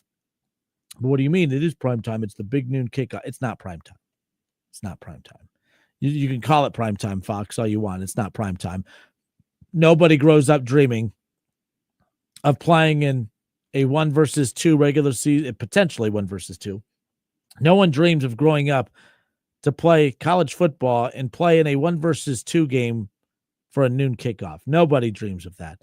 You want to go and you want to play in a 1 versus 2 or a top 5 showdown, and you want to do it under the lights. You want to do it at night because that's what real prime time is. All right, let's just be clear. You know, Deion Sanders didn't get his nickname because he played great at 1 p.m. He played great in prime time. Fox morons, all of them, trying to act like it's no big deal. It doesn't matter when you play, just go beat them. Buzz off. Who cares? The bottom line is Ohio State even has a problem with this too. Everyone that's acting like this is a fan complaint, the actual university has a problem with it. They're getting screwed over in this particular situation. It was a Big Ten media rights deal, not an Ohio State media rights deal. And if Ohio State is so damn valuable, if I am Ross Bjork and company, I'm doing everything I can to get out of the Big Ten. Ohio State doesn't need the Big Ten. There are a handful of programs in the country that technically don't need a conference. And the fact that Ohio State has to sacrifice so many primetime night games so they could play at noon just so scrub piece of crap programs like Rutgers could get a big payday because they're in the Big Ten, give me a break. I know Kev came in yesterday and shared his opinion that, it doesn't matter when you play. I get that. That's bumper sticker stuff. It doesn't matter when you play. Just go out and beat them. That's great. If that's your opinion, it's not mine. Ohio State should be playing Texas under the lights. And if I'm Ross Bjork, if I'm Ohio State, I'm telling the Big Ten, and I don't think they really should leave the Big Ten, but I do think they should throw their weight around in the Big Ten. I really do think that they should push their weight around in the Big Ten. I would go to the powers that be, and by the way, there should be a limit, like two big noon kickoffs per team. All right, 2 big noon kickoffs per team, and you know what? Would that still mean that Ohio State, Texas have to play one another in week 1? Probably. And I could get over that, but when you look at Ohio State's schedule, what I'm tired of is when you look at Ohio State's schedule and you go and you circle their big non-conference game. Okay, Ohio State over the next couple of seasons, you're going to have Georgia, you're going to have Alabama coming up. You obviously have Texas this year. I think it's Texas home and they're at home this year, at Texas next season, and then it's Alabama for the following 2 years, and then Georgia later on. I still don't think all those games get played. I think with what we learned last year. I mean, look, Indiana lost 1 game because they played absolutely nobody, and the one somebody that they did play, they lost to, and then they got in the playoff. The committee told us last year, you just need the wins. It doesn't matter who it's against. And I think if the committee repeats that, I don't think Ohio State will play Alabama or Georgia. I think they'll finish out the Texas series. But the committee has a responsibility this season to let people know that, all right, we might have screwed up putting Indiana and SMU and teams like that in. I do think it's very important that the committee, yes, reward winning, but who you play matters. All right. If there's a team if Ohio State has less wins than Indiana, but it's because Ohio State actually played somebody, That doesn't make Indiana better than Ohio State because Ohio State has one more loss than Indiana. It's not how this works. If Ohio State has the guts to go play tough non-conference games, like, you look at this season, if they play Texas and lose to Texas, all right, and because by the way, if you look at Illinois reminds me a little bit of the Indiana from last year. Illinois has to play Ohio State. They don't have to play any tough teams this year. I think they play like UCLA and stuff. I could see Illinois losing to Ohio State, beating everybody else, and being in the same spot that Indiana was last year. I could see that being the case. And then being seated higher than Ohio State because they could potentially lose to Penn State and Texas. And I will not allow a hypothetical scenario of losing to Michigan for a 5th straight year. I will not put up with that by any means. But I could see a scenario where the committee will be tested by that theory. Okay, of who do you seed higher? I'm tired of that. If the committee again this season does reward wins over strength of schedule, if I'm Ohio State, I don't challenge myself with a non-con moving forward. As a fan, I like it. Business-wise, it doesn't make a whole heck of a lot of sense, especially if you get punished for it. But that's besides the point at this point. Bottom line is my ADD getting me again. Focus, Justin. Let's get back on track here. Ohio State, I think that Fox and the Big Ten, they need to get together. There needs to be a cap of 2 big noon kickoffs per team per year. And no one's going to feel bad for Ohio State. They are a cash cow. They are a behemoth in recruiting. They win a national championship they're a program that wins a national championship every decade. And I still feel like they underachieve because I feel like they should be winning more than one national championship per decade. That's how good of a program they are. You went from Jim Tressel. Yes, you took a little bit of a pause and hiatus because of the chaos and the transition. Obviously, Fickell stays on staff when Urban comes in, but you win a national championship with Tressel. You go to multiple national championship games. All right. Yes, you have that one down year in that transition year with Fickell, but Urban Meyer comes in and you're a powerhouse every single season. You win a national championship there. Urban leaves. Ryan Day takes over. They're in instant classics going up against Clemson and Trevor Lawrence in the playoff, and they're running into Tua and Alabama in the national championship game again. They finally get over the hump. They finally win that national championship last year, and they do it in the hardest way possible. No team will ever have to face a tougher path to a national championship again. Ohio State had to play a very good Tennessee team out of the SEC. Then you had to go play Oregon, who you lost to earlier in the season, was undefeated Big Ten champions. You had to beat them in the Rose Bowl, and they blew them out of the water. Then you go play Texas, one of the best teams in the SEC. You beat them, and then you go and beat one of the best defenses in the country in Notre Dame. Ohio State, Ryan Day, it doesn't matter who the coach is. The program is healthy. They're always going to be a draw. They're always going to have great players. They're always going to have great coaches. Doesn't mean that they have to be the cash cow for Rutgers. Rutgers, if you're not good enough to get on the big noon kickoff, that's a you problem, but you shouldn't get the same amount of money as Ohio State if that's the case. It should be a cap at 2, and if it's not going to be capped at 2, Ohio State needs to get a bigger piece of the pie. They need to get a bigger piece of the pie when it's all said and done. I'm Justin Kinner. It's the Justin Kinner Show presented by Frickers. Frickers, your home for fun food, sports, and spirits. Coming up this Friday, Kev Nash and I, we're going to be live at the Frickers in Huber Heights. I know Kev and I will dive back into this conversation again. Kev has his thoughts on this. He doesn't care when they play. I do. Ohio State, Texas should be under the lights. But I am curious his thoughts on whether or not I think there should be a cap on the amount of times a team is used in the big noon kickoff. And I've gotten a lot of heat for years for saying that I don't think that the Big Ten is that. I think the Big Ten's overrated. I really do. I know that the Big Ten commissioner, Andy, what up, Andy? Andy Lawrence is in the chat. We call him the Big Ten commissioner. For years, I have said that I think the Big Ten is overrated. I do not think the Big Ten is as good as what people make it out to be. I don't think that there is an equal to Ohio State in the Big Ten, and you could bring up Michigan winning for 4 straight seasons. Yes, whenever they get their title revoked and when they have all their wins taken away, I think we can all agree that, okay, it took cheating for Michigan to get onto the same level as Ohio State for a bit, but I think we all know the better, even with losing to them 4 straight years. Do you want to be a Michigan Wolverine or a Buckeye? We don't need to really have that debate. The answer is pretty damn simple, if you ask me. OH. So with that being said, Ohio State, they are the cash cow in that conference. There is nobody on their level in that conference. USC, from a brand perspective, I thought, okay, good. Ohio State's going to get a little bit more similar type of branded schools coming in Oregon and USC. Oregon's a very good program. USC is an overrated program, but they have the brand. But, the fact that you do have programs like Oregon, like USC, like Michigan, like Penn State, and Ohio State, you have 5 really good traditional name brand programs. Why does Ohio State have to be every single week? More than half the Big Noon kickoffs last year were Ohio State. That is not acceptable. That is not okay. Especially when Ohio State's getting the same media cut that Rutgers is. Nobody gives a damn about Rutgers. And when Michigan gets all their scholarships pulled and nobody wants to go them because of all the sanctions and everything that's going to come their way, that's going to be a program that no one wants there either. So why should Ohio State and a cheating program like Michigan get the same amount of money in a media rights deal? That is absolutely insane and ridiculous. By the way, you really want to punish schools? Tell schools that, hey, you're going to lose a big chunk of your media rights money if you're caught cheating or anything else. I guarantee you schools start cleaning up their behavior a little bit. But yeah, it's I'm sorry to rant on this so much, but it's frustrating. I'm going to love Ohio State, Texas when they play in week 1. I can't wait.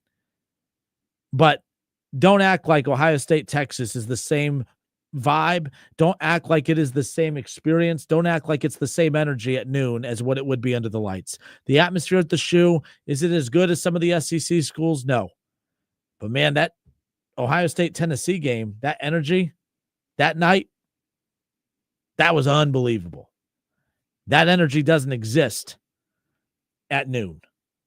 And you could say that's Ohio State's fault. Very well might be. Ross Bjork has addressed the fact that they do want to improve the game day experience for fans. You want to know how you improve the game day experience for fans? You look at Fox, you tell them to Fox off, and you tell them you're only getting us twice a season because we're going to kick Penn State's ass at night. We're gonna kick Michigan's ass. And that's the thing, too. Let's get into this. Let's get into this while we're at it. The tradition of Ohio State, Michigan has kind of been ruffled a little bit. For one, the cheating scandal because they ruin everything. 2, we've learned that the Michigan game is not everything anymore. I've been screaming that for years. I've been made fun of for that for years. I was finally vindicated and proven right last year. Michigan is a ultimate goal on your to-do list for the season. You want to beat Michigan. You have to beat Michigan. But you don't have to, I guess. You really want to beat Michigan. You don't have to beat Michigan. You lost to Michigan for 4 straight seasons.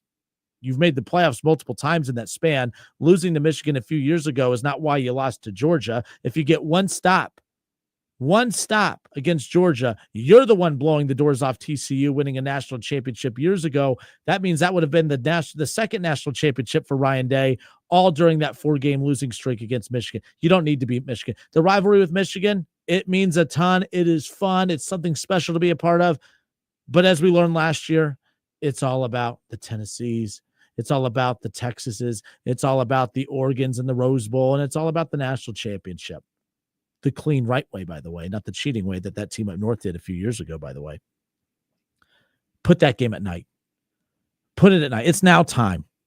Put Ohio State, Michigan at night. Tradition be damned. You're already in the midst of a 4-game losing streak. Let's not act like this is that special right now. It's all about national championships. It's all about great atmosphere and fun. Go to the big house at night, whoop their ass at night. It'd be fun. Come on now. Let's just get weird. Put the game at night. Nonetheless, John Ortez says, I won't turn this on ever again. I'm surprised you turned it on at all. It's been a while. Andy says, are there shirtless volunteers similar to the shoeless Joe Jacksons? What are you continue to go down the list.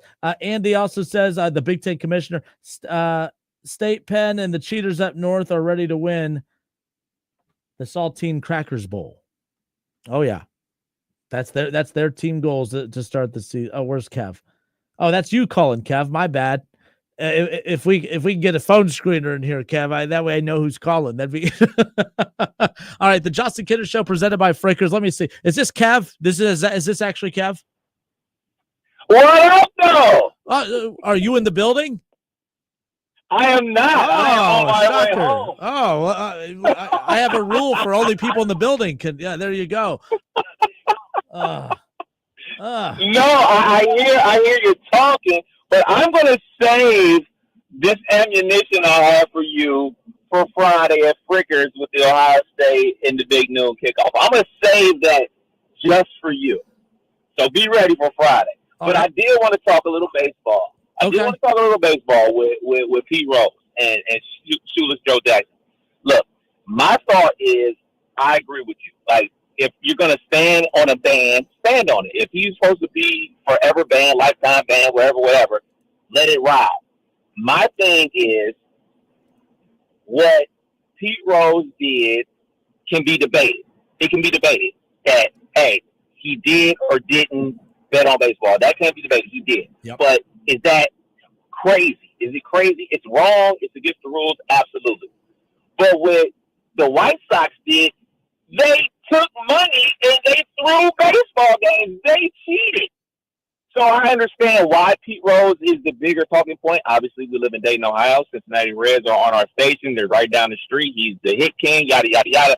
But it is crazier that Shoeless Joe Jackson has the opportunity to get into Cooperstown now. They cheated. It has been proven they cheated. They destroyed the game far worse than Pete Rose did. By miles. By miles. Like being in bed with the mafia, bro. Like, that's crazy. And another thing about, like, betting on baseball, I think that, like, we blur the lines because every single time you turn on ESPN or listen to 1410 Wing AM and you get a commercial break, we are talking about our betting partners. So I think that it is skewed a little bit where, like, hey, man, this is becoming a norm in society now. Maybe we should loosen up the rules and everything like that. But like I said yesterday, you're not punishing Pete Rose. You're punishing the people that love him still, and especially his family and friends that are still here with us, because best believe, you know, he's up in heaven or wherever he is looking down at this situation, shaking his head like, this how y'all going to do me? But guess what? It's people that are still right here suffering, and you're expecting him to show up to Cooperstown if he's ever inducted and to have a smile on your face and say thank you to baseball. No, the person that's supposed to be celebrated is no longer here. But for me, what the White Sox did, Shoeless Joe Jackson and those boys, that's not even up for debate. They should not be in it. They should never have been reinstated for that opportunity to be back in baseball. Yeah, and I'll be shocked if any of the people that they letting back into baseball, I don't know if any of them actually get into the Hall of Fame. I'm still not even convinced Pete will. Pete won't have the chance for another couple years to officially be inducted if he's inducted, because the same writers that kept him out, and I know it's a little bit of a different kind of vote for this one, but the same people that put up the roadblocks of him getting in at all anyways will still probably put those roadblocks up. But baseball's trying to clear their conscience of basically just saying, hey, we lifted the ban, the rest is up to them, basically to kind of wipe their hands of any responsibility with this. Like I said, if they would have just kept the ban on, I would have said, I don't like that they've kept him out, but I understand it, and I respect the fact that this wasn't a petty thing. It just came across so petty, not even months after he passes, for them to say, all right, you're reinstated. Like, that seemed petty and foul, and don't act like you were truly just grossed out by betting on baseball this whole time. It just seemed petty, and I was surprised how many people actually agreed with that. So we'll see what happens. So you know more about this than I do. So, like, over under how many years until he gets into Cooperstown? What's the over under, you think? I watched the clip with Marty earlier. We're gonna have Marty on soon, and he'll tell us more. But it'll be at least 2 years by the time the vote is up again. And then if you are voted in, it's like another year before you actually get inducted to begin with. So it would be at least, I think he said 2028 would be the earliest, if I'm not mistaken, 28 or 29. Or no, 28. Sorry, it would be 28. So 2.5 years, basically. So do you think he's going to get on the very first opportunity that he gets? I do not. I don't think Pete gets in. I don't think he's going to get in. I don't think so either. I think it's going to be a couple more attempts or tries or whatever until, this older guard, retires and moves on with their lives and everything like that. But, like, when the new regime of sports writers and sports reporters get in there, they're going to be like, yeah, what's the big deal? Because gambling is a thing now. It's a thing. It's not the end of the world in their eyes. It's not like, oh, well, he bet on the game. What did he do? It never proved that he bet against his team, so forget it. He always bet on his team to win. Yeah, they're gonna have empathy for that, and eventually he's gonna get in. But no, I don't think he's gonna get in on the first I don't know, maybe 2 or 3 tries. But once like the older guard retires, that still hold a vendetta against them and stuff like that, and is holding the vendettas from years ago. Once they, move on with their lives and stuff like that, they'll get in. The memory of him will get in. I guess he won't be getting in. Yeah, on Facebook, Petty King in the Facebook chat says that the old generation of baseball writers will keep him out. I agree, but you're right. It will have to thinning. Younger writers coming in will be able to impact that. But Kev, the clock is very, very important, and I'm up against it. I'm very aware. I can't wait till Friday, 3:00, Frickers.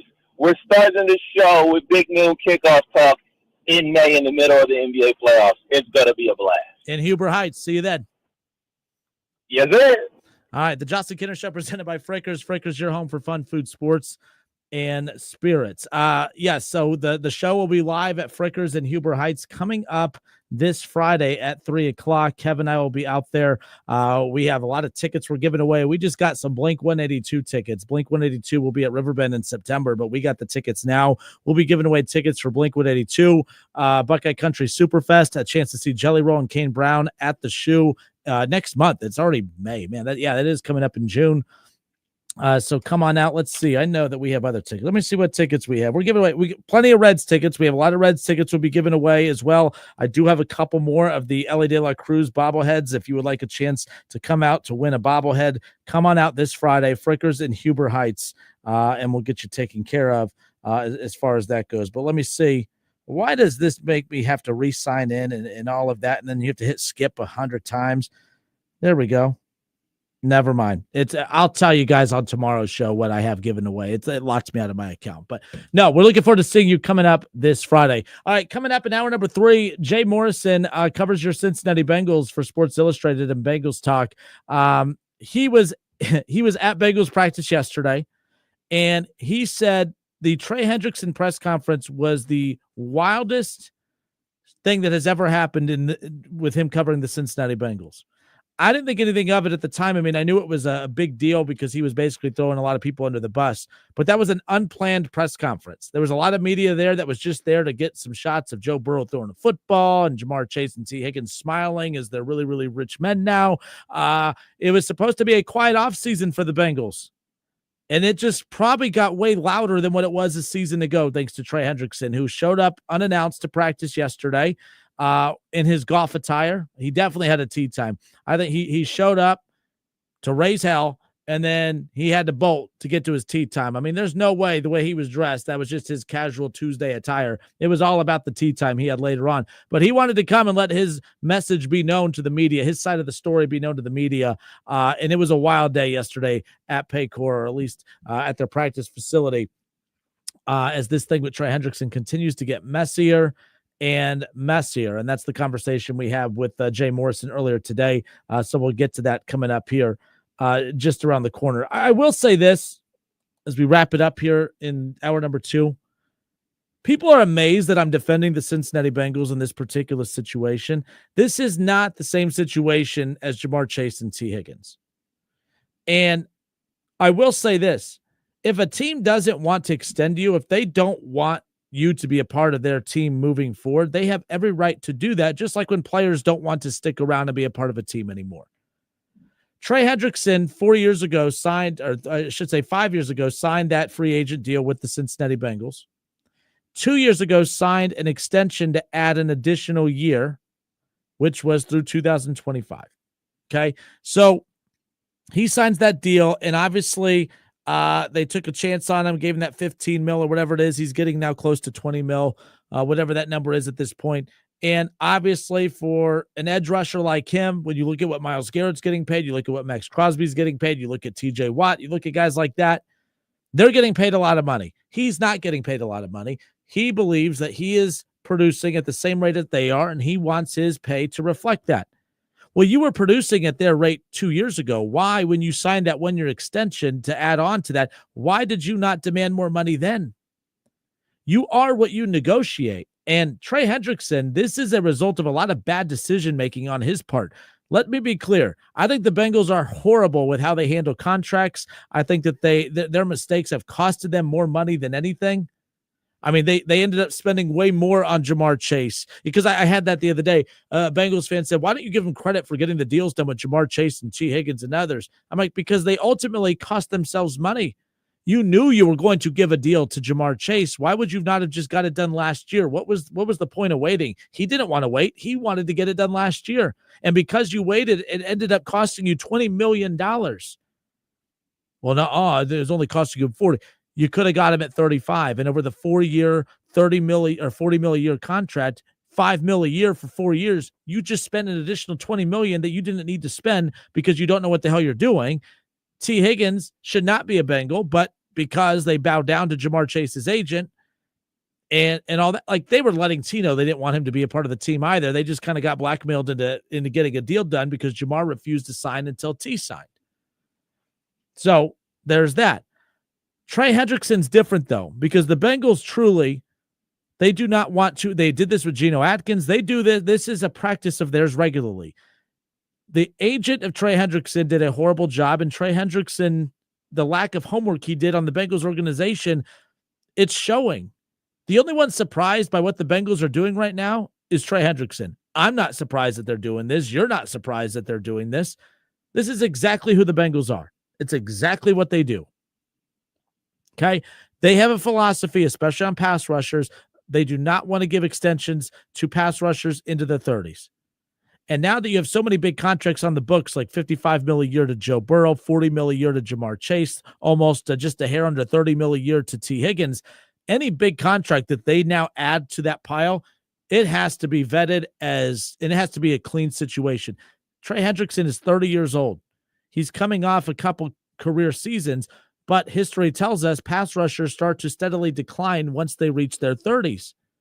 And now at 30 years old, he wants a big-time extension to the likes of a Myles Garrett and Crosby and others. But the thing is, he is not Max Crosby. He is not TJ Watt, and he sure as hell isn't Myles Garrett.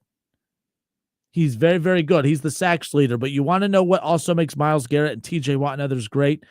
Well, they focus on the sacks and the sacks and the sacks. It's also about the hurries and the pressures and everything else. Myles Garrett gets to the quarterback. Myles Garrett gets double teamed. Myles Garrett gets everything, and he gets sacks. With him, doesn't even come close to the top of the league in hurries and in QB pressures or anything like that. He had multiple games last year where he didn't touch the quarterback at all. And I'm not telling you he's bad. I'm just saying that as of right now, he is not you guys can focus on the sack leader thing all you want. He is not the same type of impact player as those other ones. If Myles Garrett left and the Browns had him, I have no problem with Trey Hendrickson. I think he's a hell of a talent. But from the Bengals' perspective, if they don't want to extend you, they don't have to extend you. And that doesn't make the Bengals wrong. They're wrong on a lot of stuff. I don't think they're wrong on this one. You have so many big contracts on the books right now that the next big one you give out, it better be a for sure thing. And I don't know if he is. It's a lot of money to spend on a pass rusher heading into his 30s that you may get the 2025 dominant Trey Hendrickson, but then what after that? And that's what the Bengals have to be careful with. And that's what they're basically telling him.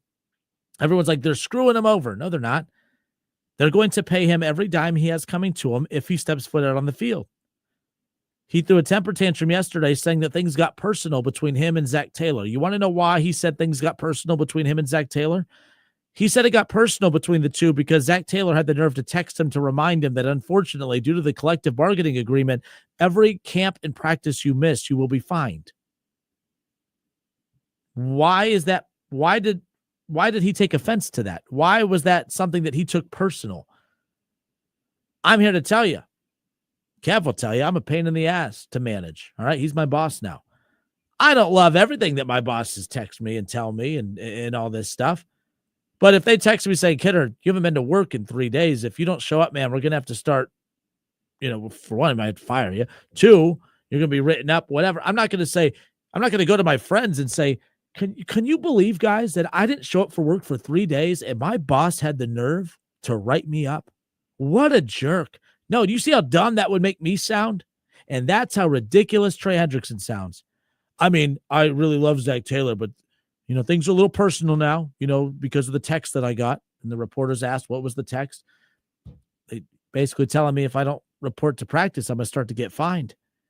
That's not a threat. That's the collective bargaining agreement, dude. That's what the players agreed to. That's what your people agreed to. What are you talking about? Like, he's making it very hard to defend him because I think he's in the wrong. There was one point he made, and we're going to talk about it with Jay coming up. There was one point that Trey Hendrickson made where he said, I'm overproducing for the pay that I'm getting. If I was underproducing, the Bengals would take money from me, but they won't give me more money. And people jumped on that, and they love that response from Trey Hendrickson. I'm here to tell you, here's why that's a wrong mindset. You are what you negotiate. And you know what the Bengals negotiated for themselves? The Bengals negotiated that we're going to pay you $15 million a year. And if we feel like you're not living up to the contract, we are going to restructure your contract and you're going to lose money. And that's what the Bengals negotiated. And that's what Trey Hendrickson and his goofy agent agreed to sign. That's your fault, Trey Hendrickson. I've had people on social media all day come at me and say, "Oh, so I bet so you had no problem with the Bengals taking money from Geno Stone and Zach Moss?" I'm like, I mean, I'm not saying I don't have a problem with it, but they're not allowed to have a problem with it because they agreed to it. If Zach Moss and Geno Stone put in their contract, you cannot restructure my deal. Like, this is what I'm agreeing to is what I'm going to get. Then there's no way the Bengals could do it. The Bengals aren't breaking any rules. The Bengals aren't breaching any contract. They're executing their rights that were agreed to within the contract. The Bengals aren't doing anything wrong, technically. When you are Trey Hendrickson and you agreed to the fact that the Bengals were going to pay you this amount based on this production, and in that contract, it's also been known that producing above what is asked does not lead to more money based during the duration of this contract. You agreed to that. You cannot continue to get mad at the Bengals for executing what their rights are based on what you agreed to in that same contract. So Geno Stone, for those who are mad because the Bengals restructured his contract and he lost money, the Bengals aren't bullying him. They're doing what Geno Stone's agent and him agreed would be fair if they felt necessary. If Geno Stone felt a certain way about the Bengals coming and taking money from him, then he should have either A, negotiated better, and if they would not have given him what he wanted, then B, don't come to the Cincinnati Bengals. It's that simple. How many players have to be, in your eyes, screwed over by the Bengals front office before players just decide, I don't want to go to Cincinnati? One thing I've learned over the last couple of years is how many bad agents there are in the NFL. T. Higgins had a bad agent. T. Higgins got a good agent. T. Higgins got paid. Jamar Chase has a very, very good agent. He got paid. Joe Burrow has a very good agent. He got paid. Trey Hendrickson's agent is horrible. Trey Hendrickson and his agent, they got that deal done to come to Cincinnati. He has overplayed that. They went to restructure it to get him more money, which they gave him, by the way. He did get more money. To get to that 21 mil year range, that was up from the 15 he originally signed for, by the way. The Bengals did give him more money. Then the market for edge rushers shifted dramatically. Edge rushers went from getting in that 20 to 25 range to now getting that 35 to 40 thanks to Myles Garrett. That extension for Myles Garrett was so massive that it totally screwed over a lot of other pass rushers who aren't at his level but were up for a deal that feel like they're underpaid. You're not getting $40 million a year, dude. You're not. The Bengals paid you more last time that you agreed to. And now because Myles Garrett got paid more, now you want more. Here's a good example of this. This was mentioned to me earlier on the show too. 505 here in the Miami Valley, by the way. It's the Justin Kinner Show presented by Frickers. Yeah, Roger, that's a great point. Roger on the ESPN Dayton YouTube channel. Roger says, how is he making the Bengals the sympathetic party? This is how I know he's wrong. There are so many people, including the biggest haters like me, defending the Bengals. That's how I know he's wrong. He's in the wrong here. It's as simple as that. Like, he's wrong for this. You're not wrong for wanting more money. You're wrong for going to the media and throwing Zach Taylor under the bus. And I feel bad for Zach Taylor. He's the punching bag for all those dudes, and Zach's a good dude. Jamar Chase was pulling that crap last year, and I remember I was irritated with that. I saw Jamar Chase interview the other day, and he referred to Zach Taylor as coach. Now, you may be thinking that's no big deal, whatever, but when Jamar Chase was throwing his temper tantrum last year, when he wasn't getting remember when the offense was not playing well? Hey, Jamar, what do you think the problem with the offense is? Ask Zach. Oh, that pissed me off. Oh, I was so heated at that. I thought that was disrespect. Ask Zach. Do your job, Jamar. Just do your job. He went 4 straight games last year with under 40 yards in a game, and during that stretch, he's blaming it on Zach Taylor. But then when he's producing, it's coach. I don't like guys like that, but that's besides the point. The bottom line is Zach Taylor's always getting pushed around and beat up, and he shows up to work every day with a smile on his face and continues to try to lead this team and takes the bullets for when guys don't do their job. You know, when Joe Burrow doesn't show up and do his job in September every single season, it seems, when Jamar Chase and the offense doesn't seem to do their job, he arrives to work, smile on his face, ready to go. He takes the bullets for everybody. Good leader. I wish some of those other guys were better leaders themselves, but I'm tired of Zach Taylor getting beat up by the players all the time because they're not doing what's right on their end. So, anyways, rant over. Talked about it earlier with Jay Morrison. We have that interview coming up for you here around the corner, nonetheless. But yeah, what a wild couple days in Cincinnati. I can't tell you how happy I am for the chaos in Cincinnati, and it's not coming from a hater standpoint. We work in the sports media industry. Content is king. The Reds are slowly falling apart, so I'm going to lose that content very, very soon. Ohio State's coming off of a national championship. Things are pretty quiet on that front. They didn't lose hardly anybody to the transfer portal. Things are going very well in Columbus. Like, there's no drama there. I got excited when the ESPN story came out about Jim Knowles. Content, finally a little messy stuff in Columbus, but it wasn't messy. Jim Knowles was messy, not Ohio State. So, yeah, there's content is king. So I appreciate the fact that there's chaos in Cincinnati because I thought it was going to be a boring offseason for them. I thought there wouldn't be anything to talk about. Jamar and T got paid. Gesicki got paid. Joe Burrow got everything he wanted. And yes, we knew that this thing was lingering with Trey Hendrickson, but at the end of the day, it was kind of one of those situations where I just figured it would get taken care of or that it wouldn't be something we'd even talk about to camp. So I'm very happy that he showed up yesterday and rose hell the way he did. So there you go. All right, it's the Justin Kinner Show with you here, 1410 ESPN Radio, 508 here in the Miami Valley. We'll step away for a bit. We got some bills to pay. When we come back, we'll have the conversation with Jay Morrison. Jay Morrison was live in Cincinnati yesterday when that thing with Trey Hendrickson went down. And I'm curious the fallout of that. One thing that we did talk about that I didn't get to that I teased earlier, my apologies. Will Joe Burrow play a role in Trey Hendrickson's future in Cincinnati at all? Joe Burrow was so adamant back during the Super Bowl media run about getting these guys taken care of. And I'm curious, was Trey Hendrickson just being thrown in there to keep him happy? Or does Joe really, really, really want him to get taken care of by the team? I'm curious of that because I think it's going to be a bad look if Joe Burrow doesn't defend Trey Hendrickson. Joe Burrow he talked about the need for T. Higgins, the need for Jamar Chase. I think he needs T. Higgins and Jamar Chase. But honestly, what I think Joe Burrow really needs is Trey Hendrickson. I was kind of taken back at how little Joe was valuing the defensive side of the ball when he came to talking about the importance of the decision-making from the front office. There was no pressure on the front office to improve the defense.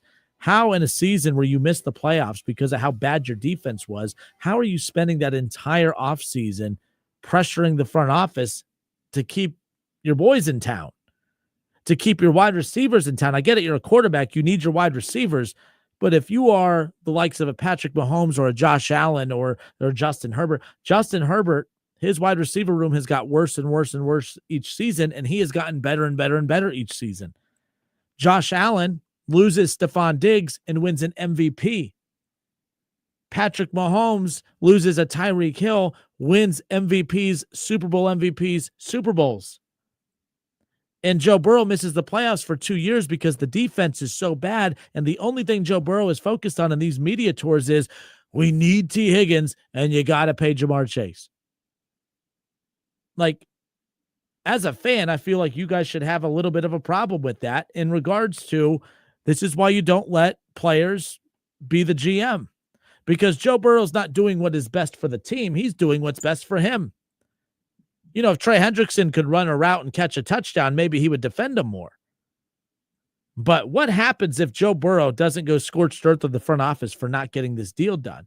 Because I feel like Joe Burrow would have thrown quite the temper tantrum if the front office stuck to their plan of not wanting to extend T. Higgins. What would that have been like? I think it's going to be a bad look for as noisy as Joe Burrow was about the front office getting deals done.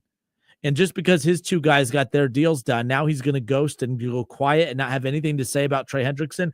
I am fascinated to see how Joe Burrow handles this. And to his credit, maybe he will. He's not going to address the media till next week.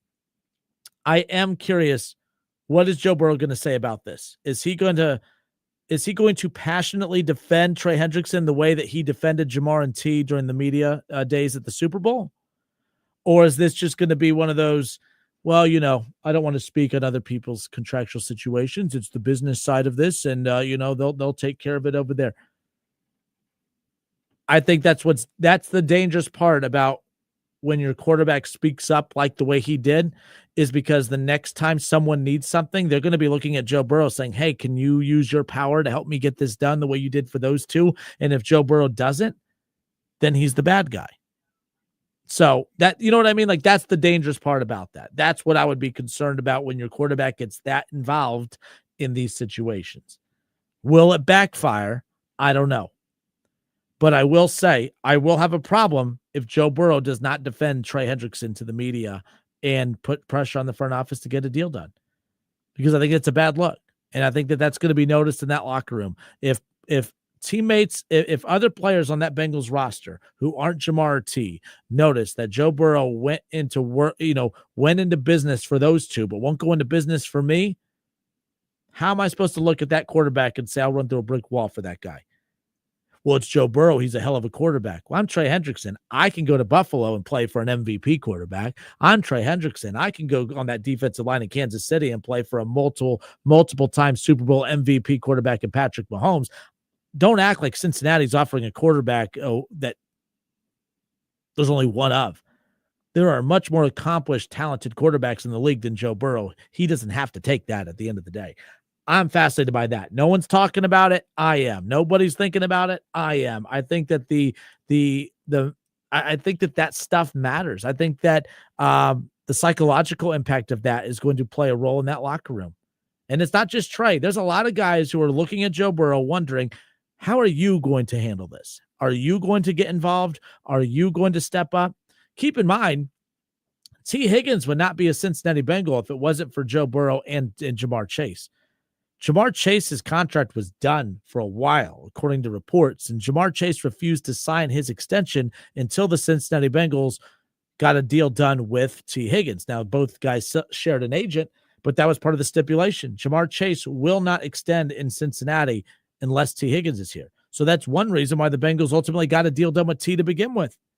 It's not because they wanted him there. And to be fair to the Bengals front office, this could be their way of looking at Joe Burrow and saying, we didn't want to keep T. Higgins. You made us keep T. Higgins. That $30 million a year that T. Higgins is now taking from us, that had Trey Hendrickson's name written all over it. Because I think the front office knows what I know. And the front office knows that Joe Burrow did not need two super expensive wide receivers.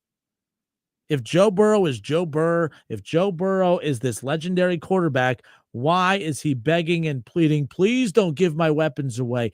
Maybe it's because he knows that he's as dependent on them as they are on him. Remember Joe Burrow's, first of all, Joe Burrow was not good enough to win the job at Ohio State. Joe Burrow's first year at LSU, when he didn't have as many weapons, was not very good at LSU that first season. Then he has NFL weapons galore that final season at LSU. And then all of a sudden leads the most explosive offense, arguably in the history of college football. You have two NFL wide receivers with Justin Jefferson and Jamar Chase, and you have NFL running backs. You have all the defensive players. Joe Burrow has always been at his best because he has the best weapons around him. No wonder he was freaking out about the idea of losing T. Higgins and only having one wide receiver to throw to. If Joe Burrow understood football, he would be as desperate to keep Trey Hendrickson as what he was to keep Jamar and T.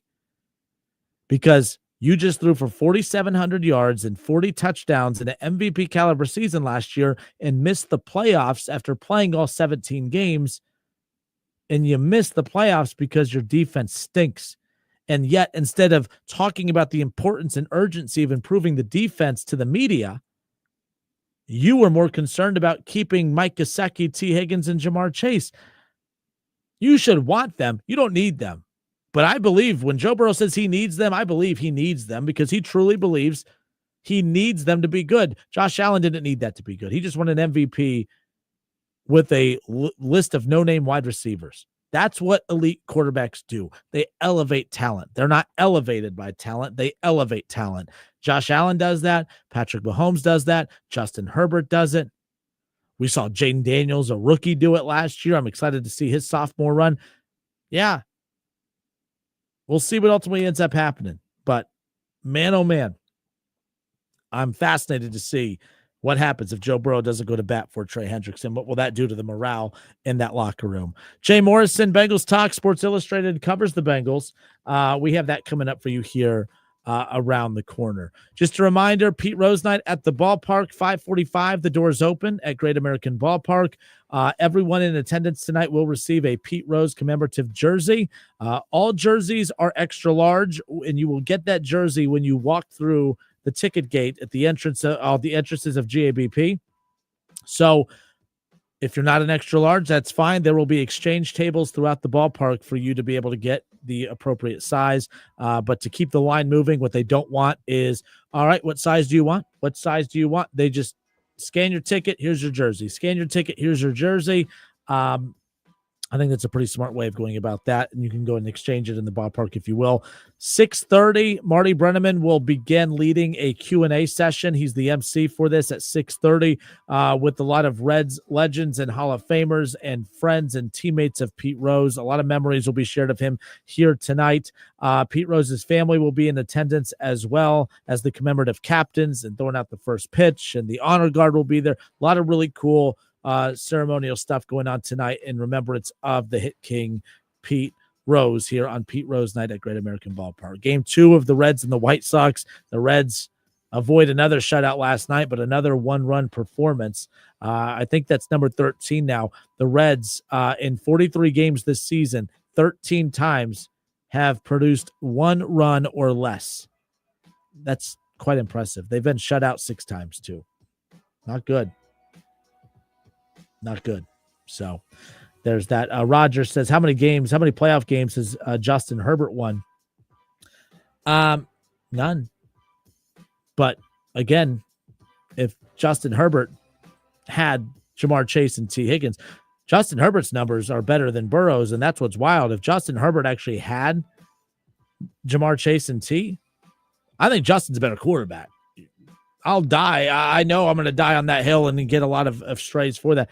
I think Justin Herbert's a better quarterback than Burrow.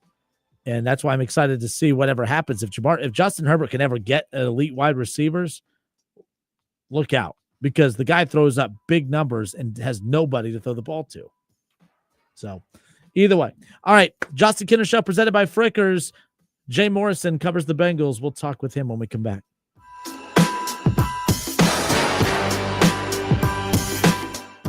With Progressive, renters can save on protection for their